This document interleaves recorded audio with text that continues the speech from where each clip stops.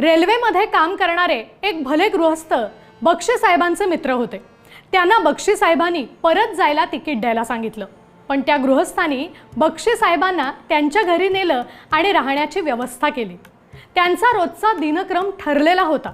निरनिराळ्या स्टुडिओमध्ये जायचं आणि कामाबद्दल चौकशी करायची। असंच एकदा त्यांना समजलं की ज्येष्ठ अभिनेते भगवान दादा यांच्या चित्रपटासाठी गीतकाराची गरज आहे आणि हीच ती घटना ज्याने त्यांचं आयुष्य बदलून टाकलं। बक्षी साहेब सरळ भगवान दादांना जाऊन भेटले आणि गाणी लिहू शकतो असं सांगितलं। तेव्हा भगवान दादांनी त्यांना चित्रपटाचं कथानक सांगून गाणी लिहिण्यासाठी 15 दिवसांचा वेळ दिला।